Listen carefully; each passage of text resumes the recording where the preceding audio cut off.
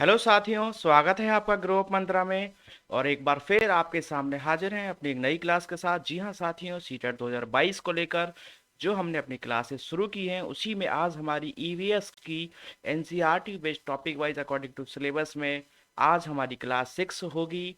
जी हाँ साथियों, अब तक हमारी 5 क्लास हो चुकी हैं। अगर आपने अभी तक वो क्लासेस अभी अटेंड नहीं की हैं तो आप डिस्क्रिप्शन बॉक्स में जाके उनके लिंक है, वहां से जाकर के उन क्लासेस को अटेंड कर सकते हैं। तो साथियों, आज हमारी जो क्लास 6 है ईवीएस की, जो प्रॉपर एनसीईआरटी बेस्ड जो कंटेंट है उस पर आधारित है, जिसमें आज का हमारा टॉपिक है साथियों भोजन यानी कि फूड। तो साथियों, फटाफट से शुरू करते हैं आज के अपनी इस क्लास को, आज के सेशन को। और साथियों, सभी से निवेदन है कि वीडियो को प्लीज लाइक कर दीजिए और शेयर भी कर दीजिए ताकि और भी लोग इसका लाभ ले सकें। तो फटाफट से चैनल पे आप लाइक और शेयर कर दीजिए। और उसके बाद हमारी अब ये क्लास अपनी शुरू हो चुकी है। तो साथियों, आज हम चर्चा करेंगे भोजन की, यानी कि फूड।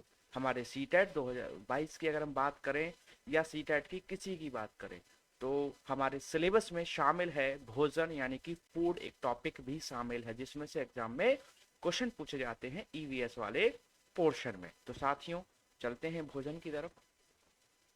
तो भोजन की अगर हम बात करें साथियों तो हमारे देश में अलग अलग राज्यों में भिन्न भिन्न तरह के लोग रहते हैं। बिल्कुल साथियों, हमारा देश क्या है, एक बहुत बड़ा देश है। देखा जाए तो ऐसे कई देश हैं, उनके भी कई गुना बड़ा हमारा खाली एक अकेला भारत देश है।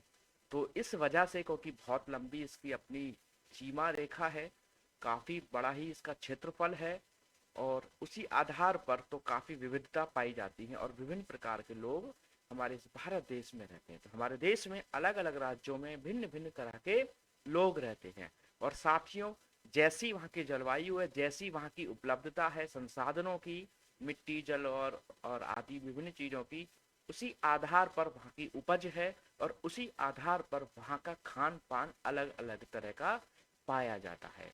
और साथियों, उसी में अगर हम बात करें भोजन की, तो भोजन हमारे जीवन का एक महत्वपूर्ण अंग है। जी हाँ, अगर हम बात करें भोजन की तो एक ऐसी चीज है जो हमें डेली लाइफ में अपने दिन प्रतिदिन हमें इसकी आवश्यकता पड़ती ही है। हम एक दिन रह सकते हैं, 2 दिन रह सकते हैं, लेकिन तीसरे दिन हमें भोजन के बिना हम नहीं रह सकते हैं। मरेंगे तो खैर इतनी जल्दी नहीं, लेकिन हम किसी भी कार्य को भी ढंग से नहीं कर सकते हैं। तो इस प्रकृति में, इस जीवन में हमें कुछ करना है, यहाँ तक कि छोटे छोटे कामों के लिए भी अगर हम करना चाहते हैं तो उसके लिए हमें आवश्यक है ऊर्जा की, और वो ऊर्जा हमें उपलब्ध कराता है भोजन। इसीलिए जो भोजन है वो हमारे जीवन का महत्वपूर्ण अंग है। तो साथियों, बिना भोजन हमारा शरीर काम ही नहीं करेगा, जैसा कि मैंने आपको बताया। और साथियों, ऐसा नहीं है कि आपको अगर काम नहीं करना है तो चलो भोजन नहीं करेंगे, मुझे कौन सा काम करना है, तो ऐसा भी नहीं है। अगर आप काम नहीं भी करते हैं और फिर आप भोजन ना लें, सोचे कि मुझे कौन से काम करना है, तो साथियों उसके कारण अगर आप भोजन नहीं लेंगे तो बीमारियां भी लग जाएंगी। जी हाँ साथियों, तो भोजन ना मिलने से हमारे शरीर में बीमारियां भी लग जाएंगी। ये पोषक तत्व हमारे शरीर को ऊर्जा तो देते ही हैं, यानी कि जिसके द्वारा हम काम कर पाते हैं, साथ ही साथ ये हमारी मांसपेशियों की मरम्मत करते हैं और हमें विभिन्न रोगों से लड़ने की क्षमता भी उपलब्ध कराते हैं साथियों। लेकिन ये सभी काम विभिन्न प्रकार के भोज्य पदार्थों को बटे हुए हैं, अर्थात अलग अलग तरह के भोजन में अलग अलग तरह के पोषक तत्व पाए जाते हैं। जी हाँ साथियों, हमारा भोजन कहने को हम कह देते हैं भोजन, लेकिन उसमें विभिन्न प्रकार के अवयव पाए जाते हैं, जैसे कि carbohydrate, vitamin, mineral, protein, lipid आदि आदि। तो साथियों, और हमारा फैट भी होता है इसमें। तो ये सभी चीजें हमारी काम करती हैं, डिफरेंट डिफरेंट इनके अपने अपने रोल होते हैं हमारी बॉडी में, लेकिन ओवरऑल हम इसको क्या कहते हैं, भोजन। चलते हैं आगे। तो पहला बिल्कुल फैक्ट पॉइंट के रिलेटेड से एनसीईआरटी बेस्ड जो क्वेश्चन एग्जाम में ईवीएस में पूछे जाते हैं सीटेट में, तो उसी से रिलेटेड हम पॉइंट्स को बिल्कुल कनेक्ट करेंगे। जी हाँ, सबसे ज्यादा पूछे जाने वाला क्वेश्चन लिंग हुफेन। जी हाँ, लिंग हुफेन क्या है? तो साथियों, एक देश है हांगकांग। जी हाँ साथियों, हांगकांग में सांप खाना बहुत पसंद किया जाता है। जी हाँ, सीटेट अक्सर क्वेश्चन पूछ लेता है कि एक लड़का है, वो अपनी माता से कहता है कि माता, आज तो मुझे सांप का मांस खाने का बहुत मन है, या आज मुझे लिंगहू फेन खाने का मन है, तो बताइए वो बच्चा किस देश का होगा। इस प्रकार से भी क्वेश्चन आया हुआ है। तो साथियों लिंगहू फेन जो है वो सांप का मांस होता है, या सांप से बना हुआ एक खाने की डिश होती है, जो कि हांगकांग में बहुत ज्यादा पसंद किया जाता है। तो लिंगहू फेन क्या है, हमारा सांप का खाना है, या सांप से बनने वाला एक खाना है, जैसा कि आप पिक्चर में कुछ देख पा रहे हैं। तो जो कि सबसे ज्यादा कहाँ पसंद किया जाता है, हांगकांग में पसंद किया जाता है। चलते हैं अगले बिंदु की ओर। समय आपका बिल्कुल खराब नहीं करना, अब जल्दी जल्दी चीज़ों को कवर करना है, क्योंकि बहुत सारी चीज़ें हैं और हमें सभी को कवर करना है, और हमारे अन्य विषय भी होते हैं। तो साथियों अगला बिंदु है, कश्मीर में सरसों के तेल में बनी मछली बहुत पसंद की जाती है। जी हाँ साथियों, कश्मीर में मछली खाना पसंद करते हैं, वो भी किस में, सरसों के तेल में बनी हुई। चलते हैं अगले बिंदु की ओर। साथियों गोवा में नारियल के तेल में बनी समुंदर की मछली बहुत पसंद की जाती है। जी हाँ, कश्मीर में जो है मछली पसंद करते हैं सरसों के तेल में बनी हुई। वहीं अगर हम बात करें गोवा में, तो वहां पर मछली को कैसे पसंद करते हैं, नारियल के तेल में बनी हुई। जी हाँ साथियों, तो कश्मीर में मछली पसंद करते हैं सरसों के तेल में बनी, और गोवा में पसंद करते हैं नारियल के तेल में बनी मछली। अगला है साथियों टैपियोका। जी हाँ, सीटेट ने बहुत बार ईवीएस में क्वेश्चन पूछा है, तो टैपियोका है क्या। तो साथियों केरल में नारियल डली हुई करी, यानी कि जो नारियल की जो डली होती है, करी जो होती है उससे बनाई जाती है, और उसके साथ उबला हुआ टैपियोका खाने में बहुत पसंद किया जाता है। अब ये टैपियोका है क्या। तो साथियों नारियल पेड़ पर लगता है जिससे करी बनाते हैं, और दूसरी चीज है टैपियोका। तो टैपियोका जो है वो जमीन के नीचे उगाया जाता है, जैसा कि आप लेफ्ट वाली पिक्चर में देख पा रहे हैं। तो क्या है, ये टैपियोका है, जो कि जमीन के अंदर पाया जाता है। देखने में जैसे गाजर मूली होते हैं, इस प्रकार की चीज होती है, लेकिन इसकी डिश बनाई जाती है जो केरल में बहुत खाई जाती है, नारियल और टैपियोका को मिलाकर, जो कि आप राइट हैंडेड वाली पिक्चर में देख पा रहे हैं। तो टैपियोका जमीन के अंदर उगाया जाता है, या जमीन के अंदर पैदा होने वाली एक पौधा है या एक फसल है, जिसको केरल में बहुत पसंद किया जाता है नारियल की डली की और की करी के साथ। चलते हैं अगले बिंदु की ओर। अगला है साथियों सीटेट में आने वाला एक और महत्वपूर्ण क्वेश्चन में से एक, कि अगर हम बात करें वलसाड की, जो कि एक रेलवे स्टेशन है गुजरात का। जी हाँ, वलसाड यानी कि गुजरात का एक रेलवे स्टेशन, वहां पर बटाटा वड़ा, जैसा कि आप सीधी हाथ वाली पिक्चर में ऊपर देख पा रहे हैं पकौड़े से जो रखे हुए हैं, तो बटाटा वड़ा, पूरी साग, जिसे आप साग पूरी यानी कि हमारे यहाँ पर उत्तर प्रदेश की भाषा में जिसको पूरी सब्जी कह देते हैं, साग का मतलब सब्जी होता है, और दूध बहुत प्रसिद्ध है। जी हाँ साथियों, तो वलसाड यानी कि गुजरात के एक रेलवे स्टेशन पर बटाटा वड़ा, पूरी साग और दूध बहुत ही प्रसिद्ध है। वहीं साथियों एक और स्टेशन है गुजरात का अहमदाबाद। जी हाँ, गुजरात के अहमदाबाद रेलवे स्टेशन पर ढोकला, चटनी और नींबू वाले चावल बहुत पसंद किए जाते हैं, जिन्हें आप साथियों कहते हैं लेमन राइस। तो साथियों अहमदाबाद यानी कि गुजरात के रेलवे स्टेशन पर ढोकला, चटनी और नींबू वाले चावल बहुत ही प्रसिद्ध हैं। अगला है सर साथियों उत्तर प्रदेश में। जी हाँ, अगर हम बात करें उत्तर प्रदेश यानी कि यूपी की, तो वहां पर कचनार के फूलों की सब्जी बहुत प्रसिद्ध है। जी हाँ साथियों, उत्तर प्रदेश में कचनार के फूलों की सब्जी बहुत प्रसिद्ध है। जैसा कि आप पिक्चर में देख रहे हैं, कचनार होता है, इसकी कली है ये, जो इसका फूल बनता है, और इसी से बनी हुई ये सब्जी है जो आपके सामने पिक्चर में दिख रही है। तो साथियों याद रखेंगे, उत्तर प्रदेश में कचनार के फूलों की सब्जी बहुत प्रसिद्ध है। अगले बिंदु की ओर। अगला बिंदु है साथियों केरल में केले के फूलों की सब्जी बहुत पसंद की जाती है। साथियों केरल में है, केले के फूलों की सब्जी बहुत ज्यादा पसंद की जाती है, जैसा कि आप उसका फूल भी देख पा रहे हैं और उसकी बनी हुई सब्जी भी देख पा रहे हैं। तो केरल में केले के फूलों की सब्जी बहुत पसंद की जाती है। अगला है साथियों महाराष्ट्र में। जी हाँ, अक्सर पूछा जाता है सीटेट में कि सहजन के फूलों के पकौड़े कहाँ खाए जाते हैं, या कहाँ बहुत प्रसिद्ध हैं। तो सहजन के फूल, जैसा कि आप देख पा रहे हैं, सहजन के फूल, इनके पकौड़े बनाए जाते हैं। कहाँ साथियों? महाराष्ट्र में। जी हाँ, सहजन के फूलों के पकौड़े महाराष्ट्र में बहुत प्रसिद्ध हैं। चलते हैं अगले बिंदु की ओर।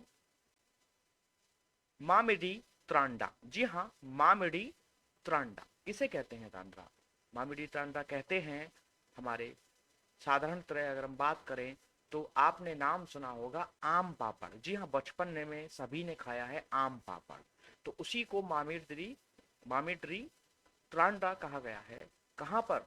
आंध्र प्रदेश के आंतरेपुरम गांव में पके हुए आम से मामिडी त्रांडा या आम पापड़ बनाया जाता है। तो साथियों, ये कहाँ से एसोसिएटेड है? इस पर्टिकुलर वर्ड के साथ अगर इसको पूछा जाए, जो कि पके हुए आम से तैयार किया जाता है, तो वो आंध्र प्रदेश के आंतरेपुरम गांव में से संबंधित बताया जाता है। तो मामिडी त्रांडा यानी कि आम पापड़ आंध्र प्रदेश के आंतरेपुरम गांव में इससे संबंधित, इसका संबंध जोड़ा जाता है।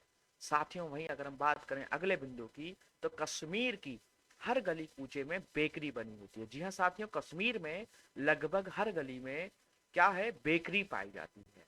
और साथियों, ऐसा कहा जाता है कि यहाँ रोटी घरों में नहीं बनाई जाती हैं। भाई वाह, यहाँ की महिलाएं बहुत खुश रहती होंगी फिर तो यहाँ की रोटी घरों में नहीं बनाई जाती हैं। और साथियों, कश्मीर के लोग खाने के लिए रोटी इसी दुकान या बेकरी से खरीदते हैं। जब घर में नहीं बनाएंगे तो साथियों यहीं से खरीदेंगे। तो आप पिक्चर में देख ही रहे हैं, कश्मीर का एक दुकानदारी, एक व्यापारी व्यक्ति, बेकरी वाला खड़ा हुआ है और रोटियां ऐसे टंग रही हैं मानो कि कोई शोपीस में ऐसे लगा रखे हैं, जैसे कोई महंगी महंगे आभूषण हो। चलिए साथियों, तो कश्मीर की हर गली कूचे में बेकरी बनी होती है, यहाँ रोटी घरों में नहीं बनाई जाती है। कश्मीर के लोग खाने के लिए रोटी इसी दुकान या बेकरी से खरीदते हैं। अगला है भारोत्तोलकों। जी हाँ, भारोत्तोलकों या जिम्नास्टिक जिन्हें आप कह देते हैं, जो वेट लिफ्टिंग का काम करते हैं। ठीक है, तो साथियों, ऐसे लोग जो भी वेट लिफ्टिंग, जिम्नास्टिक्स आदि आदि का काम करते हैं, इनको ज्यादा मांसपेशियां और बॉडी मास बनाने के लिए प्रोटीन से भरपूर आहार लेना चाहिए। जी हाँ साथियों, शरीर की वृद्धि से संबंधित जो है रेस्पॉन्सिबल है वो हमारा प्रोटीन होता है। हमारा शरीर में प्रोटीन जो है वो मांसपेशियां और बॉडी बिल्डिंग करने में महत्वपूर्ण रोल प्ले करता है, क्योंकि प्रोटीन युक्त भोजन शरीर को, भोजन जो है शरीर वर्धक भोजन कहलाता है। तो देख रहे हैं आप, भारोत्तोलकों यानी कि वजन उठाने वाले, जिम्नास्टिक्स लोग को भी आप इसके साथ जोड़ सकते हैं। इनको अपने भोजन में प्रोटीन ज्यादा लेना चाहिए, क्योंकि ज्यादा मांसपेशियां और बॉडी मास बनाने के लिए प्रोटीन एक शरीर वर्धक भोजन है। चलते हैं अगले बिंदु की ओर।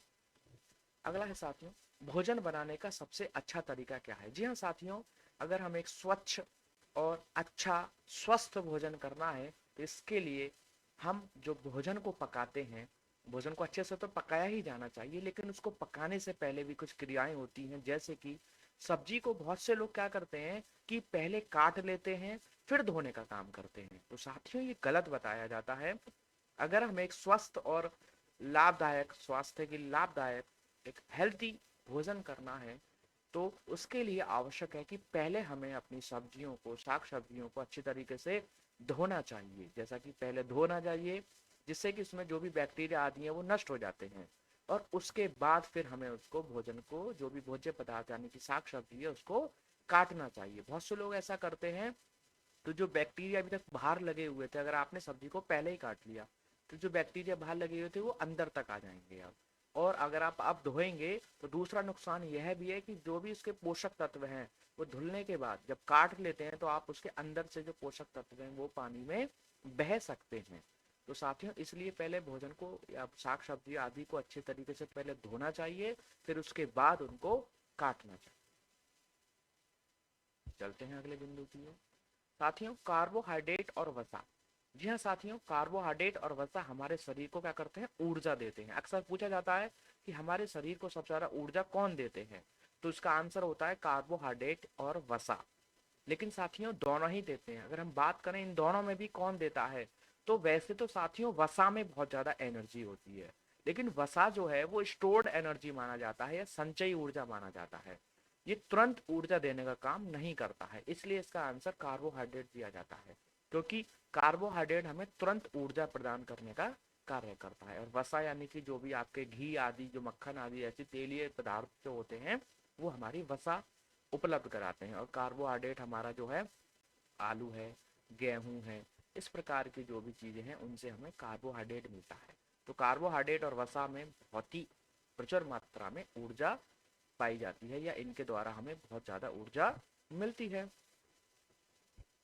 साथियों अगला बिंदु है, अगर पके हुए चावल रेफ्रिजरेटर में अपेक्षाकृत लंबे समय तक परिरक्षित किए जा सकते हैं। जी हाँ, क्योंकि हम किसी भी चीज़ को जब रेफ्रिजरेटर में रखते हैं या किसी ठंडी जगह पर रखते हैं तो उसका जो रोगाणु है वो कम तापमान पर नष्ट हो जाते हैं। जी हाँ साथियों, बहुत सारे हमारे बैक्टीरियाज होते हैं और उनकी एक प्रकृति होती है कि जब कम तापमान होता है तो वो ग्रो नहीं कर पाते हैं या मल्टीप्लिकेशन नहीं कर पाते हैं, उनकी संख्या बढ़ नहीं पाती है। और जब बैक्टीरिया आदि मर जाएंगे तो फिर हमारा भोजन खराब नहीं होगा।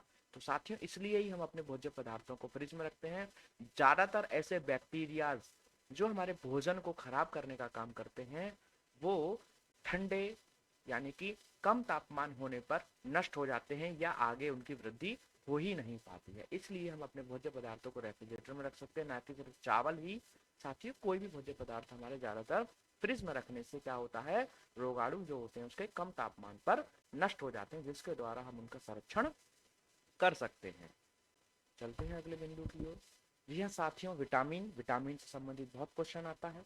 तो साथियों विटामिन ऐसे पदार्थ होते हैं जो शरीर को रोगों से बचाते हैं। जी हाँ साथियों, जैसे कि हमने बताया कि हमारा कार्बोहाइड्रेट और वसा जो है हमें ऊर्जा प्रदान करते हैं, जो हमारे प्रोटीन है वो शरीर वर्धक होते हैं, उसी प्रकार से हमारे विटामिन जो होते हैं वो शरीर को रोगों से बचाते हैं। जान लेते हैं पहला विटामिन। तो विटामिन ए की बात करें तो इसकी कमी से हमें रोग होता है रतौंधी या कम दिखाई देना। ठीक है, क्या लक्षण है विटामिन ए की कमी से जो रोग होगा रतौंधी?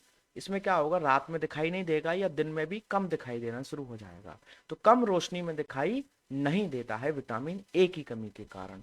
इसका स्रोत क्या है साथियों?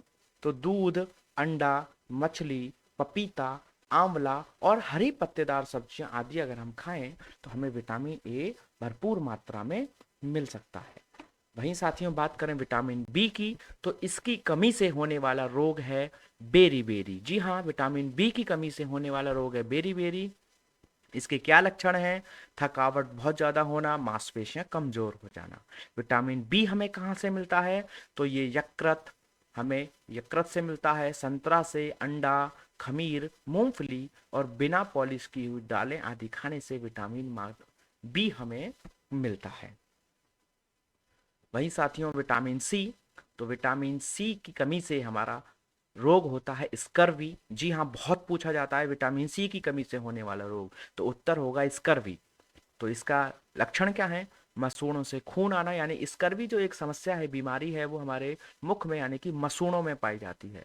हमारे दांतों से या मसूड़ों से संबंधित समस्या है स्कर्वी, जो विटामिन सी की कमी से होती है। तो इसमें क्या होता है, मसूड़ों से खून आता है, जोड़ों और मांसपेशियों में दर्द होता है और घाव भरने में भी समय लगता है। विटामिन सी की कमी से ही होने वाली समस्याएं, और जिसमें एक स्कर्वी है वो मुख्यतः मसूड़ों से संबंधित है। वही साथियों इसको हमें विटामिन सी हमें मिलता कहाँ से है?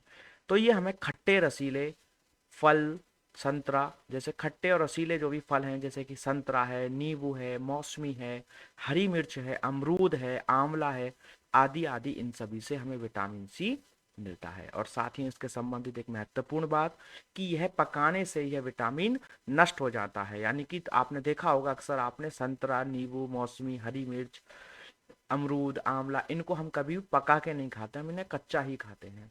अगर हम इनको हम पकाते हैं तो इससे क्या होता है, जो इनका एक्चुअल में विटामिन है इनके अंदर वो फिर नष्ट हो जाता है। तो हमें साथियों इनको कभी नहीं पका कर खाना है।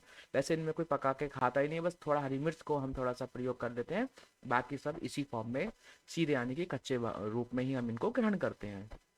साथियों चलते हैं अगले विटामिन की ओर, बात करें विटामिन डी की। तो साथियों विटामिन डी की कमी से बच्चों में रिकेट्स की शिकायत पाई जाती है। और वहीं इसी बीमारियों को अगर इसी समस्या को अगर बड़े लोगों में बात करें तो इसको एस्ट्रोमेलिसिया के नाम से जाना जाता है। जी हाँ, रिकेट्स या ऑस्ट्रोमेलेशिया एक ही बात है, लेकिन बच्चों में इसको रिकेट्स के नाम से जाना जाता है और बड़े लोगों में इसको ऑस्ट्रोमेलेशिया के नाम से जाना जाता है। इसमें क्या होता है, हड्डियां हमारी कमजोर हो जाती हैं और मुड़ने लगती हैं आदि आदि। तो इसके लक्षण है, हड्डियां कमजोर होकर मुड़ जाती हैं और हड्डियां कमजोर हो जाती हैं। ठीक है, तो विटामिन डी की कमी से होने वाला रिकेट्स या ऑस्ट्रोमेलेशिया है।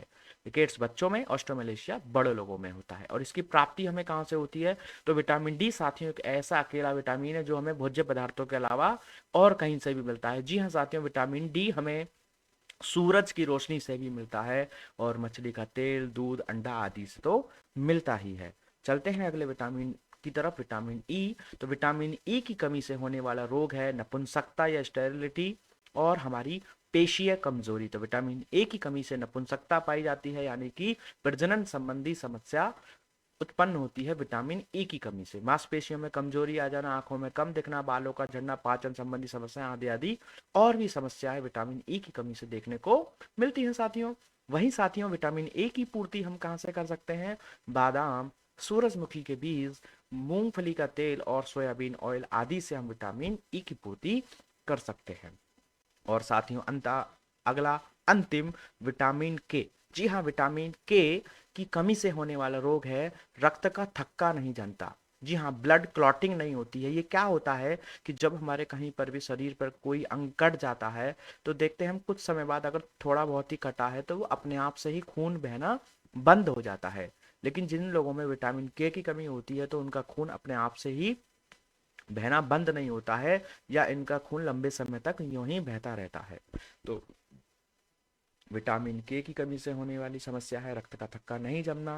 विटामिन के की पूर्ति कहाँ से होती है, अंकुरित अनाज, गोभी, ब्रोकली, पालक और बंद गोभी आदि आदि से हम विटामिन के की पूर्ति कर सकते हैं। और साथियों, अंतिम बिंदु विटामिन से संबंधित कि विटामिन डी और के का संश्लेषण हमारे शरीर में होता है। जी हाँ, अक्सर पूछे जाने वाला महत्वपूर्ण बिंदु है, क्वेश्चन भी बनता है इसमें बहुत ज्यादा कि किस विटामिन का संश्लेषण हमारे शरीर में होता है। तो साथियों, विटामिन डी और के का संश्लेषण हमारे शरीर में ही होता है। चलते हैं अगले बिंदु। जी हाँ, पाश्चुरीकरण। जी हाँ, पैस्चराइजेशन या पाश्चुरीकरण एक प्रोसेस है जिसमें हम अपने दूध को संरक्षण करने का काम करते हैं। जी हाँ साथियों, अपने आसपास आपने बहुत सुना होगा थैली वाला दूध, ठीक है ना, जो हमारी अमूल डेयरी है, पराग और भी बहुत सारी डेयरियां हैं जो पॉलिथीन की थैली में दूध को बेचने का काम करती हैं। जो थैली वाला दूध होता है वो आखिरकार साथियों खराब क्यों नहीं होता है, तो उसके पीछे कारण है कि वो पाश्चुरीकरण उसका किया गया होता है। ये पाश्चुरीकरण क्या है, इसमें क्या करते हैं, पहले दूध को गर्म किया जाता है, फिर ठंडा किया जाता है, उसके बाद उसको पैक किया जाता है। और लेकिन उसकी जो उबालने का जो मेथड है वो एकदम डिफरेंट है। इसको दो प्रकार से कर सकते हैं साथियों पाश्चुरीकरण। या तो दूध को पहले 62.8 डिग्री सेल्सियस पर, जी हाँ 62.8 डिग्री सेल्सियस पर या तो 30 मिनट के लिए गर्म करते हैं, या फिर 71.7 डिग्री सेल्सियस पर 30 सेकंड के लिए गर्म करते हैं और उसके बाद उसको ठंडा करके जब थैलियों में पैक किया जाता है उसी को पाश्चुरीकरण कहा जाता है साथियों। इससे क्या होता है कि वह दूध जल्दी से खराब नहीं होता है। और इस विधि को, पाश्चुरीकरण को, हमारे लुईस लुई पाश्चर ने इसकी खोज की थी। जी हाँ साथियों, इसकी पाश्चुरीकरण विधि की खोज लुई पाश्चर ने की थी, जैसा कि आप पिक्चर में इनको देख पा रहे हैं। साथ में ये संयंत्र है जिससे कि पाश्चुरीकरण की विधि को किया जाता है। चलते हैं अपनी क्लास के अगले बिंदु की ओर। साथियों, हमें अपने घर की चीज़ों को और घरेलू उपायों से भी एक दो दिन सुरक्षित रख सकते हैं। जी हाँ, अपने घर पर भी अपने विभिन्न प्रकार की चीज़ों को संरक्षित कर सकते हैं। और आपने देखा होगा हम अचार वगैरह भी डालते हैं, किसी भी विभिन्न प्रकार से चीज़ों को सुखा लेते हैं, क्योंकि उनके अंदर का अगर जल खत्म हो जाएगा, जिसको बोलते हैं निर्जलीकरण की प्रक्रिया अगर हो जाएगी, तो उसमें खराब होने से उसको बचाया जा सकता है। वही साथियों, अगर हम बात करें उसके कौन कौन सी चीज़ें उनको कैसे कैसे किया जा सकता है, तो उसमें बात करें दूध को, तो आपने देखा होगा अक्सर साथियों, दूध को हम जब भी लेते हैं, दूध या जब डायरेक्ट हमें ऐसे स्थान से मिलता है जहाँ से अभी बिल्कुल हमने कुछ समय पहले ही उसको गाय भैंस आदि से अभी प्राप्त किया है, तो हम उसको तुरंत क्या कर देते हैं, उबाल देते हैं। क्यों? क्योंकि ऐसा करने से उसमें दूध में उपस्थित कुछ बैक्टीरिया होते हैं जो कि नष्ट हो जाते हैं, जिसके कारण हमारा दूध खराब नहीं होगा, क्योंकि वो उस जानवर के द्वारा ही बैक्टीरिया ऑटोमेटिक कुछ किस में होते हैं, हमारे दूध में होते हैं। लेकिन जैसे हम उसको उबाल देते हैं तो वो बैक्टीरिया नष्ट हो जाते हैं, जिसके कारण हमारा दूध खराब होने से बच सकता है या बच जाता है। वहीं साथियों अगर हमारे चावल हैं जैसे कि हमने बनाए और वो बच गए, तो उनको फेंकना नहीं चाहिए। क्यों? उसको भी हम संरक्षित कर सकते हैं। कैसे कर सकते हैं? उसको कटोरों में डालिए और पानी के बर्तन में उसको रख दीजिए, जिसके कारण उसको थोड़ा ठंडा माहौल मिलेगा। पुराने समय में जब रेफ्रिजरेटर आदि नहीं हुआ करते थे तो लोग इसी तरीके से भोजन को संरक्षण किया करते थे। तो उसको ढक कर के पानी में डाल देते, जिसको थोड़ी सी उसको ठंडक मिलती रहती थी। और मैंने पहले ही आपको बताया कि बहुत सारे बैक्टीरिया हमारे जब तापमान कम होता है तो स्वतः ही नष्ट हो जाते हैं या उनका मल्टीप्लिकेशन नहीं हो पाता है, जिसके कारण हमारा भोजन खराब होने से बच जाता है। वहीं साथियों अगर हरा धनिया है, हरा धनिया हमारे भोज्य पदार्थों में बड़ा इस्तेमाल किया जाता है गार्निशिंग के लिए, ऊपर से उसको डालते हैं और काफ़ी टेस्ट भी देता है हमारे भोजन में। तो साथियों हरे धनिया को कई दिनों तक सुरक्षित रखना है तो उसको क्या करिए, उसको गीले कपड़े में लपेट कर रख दीजिए। कपड़े को गीला करके जब उसमें अंदर रख के फोल्ड करके रख दीजिए। इससे क्या होगा, हरा धनिया हमारा जल्दी से मुरझाएगा नहीं, खराब नहीं होगा और उसको हम कई दिनों तक इस्तेमाल कर सकते हैं। अगला है साथियों प्याज लहसुन। जी हाँ साथियों, प्याज लहसुन को कभी भी ऐसे स्थान में नहीं रखना चाहिए कि जहाँ पर नमी हो, जैसे कि फ्रिज आदि में इनको कभी नहीं रखना चाहिए। ना ही ऐसे स्थानों पर रखना चाहिए जहाँ नमी हो। इसको ऐसे स्थान पर रखना चाहिए जहाँ पर हवा लगती रहे, एकदम धूप भी ना हो कि नमी से बचाकर ऐसे खुले स्थान पर भी ना रखें जहाँ धूप हो, और ऐसे स्थान पर भी ना रखें जहाँ नमी हो। साधारण नॉर्मल आप अपने किसी स्थान पर रख सकते हैं। इससे क्या है कि इनकी खराब होने की संभावना बहुत कम रहती है वहां पर। अगला है साथियों आम को कैसे बचाया जा सकता है। तो आम को जाड़े के लिए सुरक्षित करने के लिए लोग आम का अचार बना लेते हैं और आम पापड़ आदि ताड़ी तामिड़ी मांडरा जो मैंने आपको पहले भी बताया था वही कर लेते हैं। तो आम को जाड़े के लिए सुरक्षित रखने के लिए आम का अचार और आम पापड़ आदि बनाया जाता है। और साथियों अचार को हम सुरक्षित रखना चाहते हैं, बचाना चाहते हैं, तो उसके लिए कुछ प्रिजर्वेशन होती हैं, कुछ सावधानियां होती हैं। जैसे कि अचार को शीशियों में भरने से पहले क्या करना चाहिए कि उन शीशियों को पहले धूप में अच्छे से सुखा लेना चाहिए, ताकि उन शीशी जो भी हमारी शीशी या बर्तन है उसमें कोई भी नमी ना रह जाए, पानी की कोई मात्रा ना रह जाए। अगर उसमें थोड़ी सी भी अगर नमी रह जाती है तो हमारा अचार क्या हो जाता है, खराब हो जाता है। देखा होगा अचार डालने से पहले हम किसी भी चीज को क्या करते हैं, अच्छे से पहले उसको सुखा लेते हैं, क्योंकि अगर जल की मात्रा हमारे किसी भोज्य पदार्थ में रहती है तो उसके खराब होने की संभावना सर्वाधिक रहती है। साथियों अगले बिंदु की ओर चलते हैं। बहुत ज्यादा सीटेट में पूछे जाने वाले क्वेश्चंस में बिंदुओं में से एक कि कौन सा भोज्य पदार्थ किस राज्य में ज्यादा खाया जाता है या कहाँ का प्रसिद्ध है। तो हम राज्यों से चर्चा करेंगे और बताएंगे वहां पर कौन से खाद्य पदार्थ ज्यादा प्रयोग किए जाते हैं। तो वहीं बात करें साथियों राज्य असम की, तो असम में साथियों मसोर टेंगा जो कि एक मछली से बना व्यंजन है, और बांस और चावल, ये तीन व्यंजन असम में बहुत ही फेमस माने जाते हैं, वहाँ के भोज्य पदार्थ हैं। गोवा में साथियों मछली जो कि नारियल के तेल में बनी, जैसा कि मैंने आपको पहले भी बताया था। वहीं साथियों गुजरात में ढोकला, खांडवी और लेमन राइस आदि बहुत पसंद किया जाता है। और साथियों जम्मू कश्मीर में तबक माछ, जी हाँ जम्मू कश्मीर में तबक माछ बहुत खाया जाता है, जो कि साथियों एक भेड़ का मांस है। बहुत इंपॉर्टेंट है ये बिंदु, कई बार एग्जाम में क्वेश्चन में पूछा गया है और भिन्न विभिन्न अन्य एग्जामों में भी पूछा जाता है कि तबक माछ किसे कहते हैं। तो साथियों जम्मू और कश्मीर में तबक माछ यानी कि भेड़ का मांस, कलाड़ी पनीर और राजमा और कहवा बहुत प्रसिद्ध है। और साथियों वहीं बात करें महाराष्ट्र की, तो महाराष्ट्र में शाक पूरी, बड़ा पाव और पाव भाजी, पानी पूरी आदि बहुत ही फेमस है। और साथियों नागालैंड, जी हाँ नागालैंड में बांस के कोपल और मोमोज बहुत पसंद किए जाते हैं। आजकल हमारे आसपास भी मोमोज बहुत देखे जा रहे हैं, लेकिन ये मुख्यतः नागालैंड से एसोसिएटेड है। और साथियों पंजाब की बात करें तो हमारा हरा भरा पंजाब, पंजाब जो है हमारा खाने का कटोरा, और उसमें सरसों का साग, मक्के की रोटी आदि आदि बहुत फेमस होती है। और साथियों राजस्थान की बात करें तो वहाँ मलाई घेवर और चूरमा बाटी बहुत फेमस है।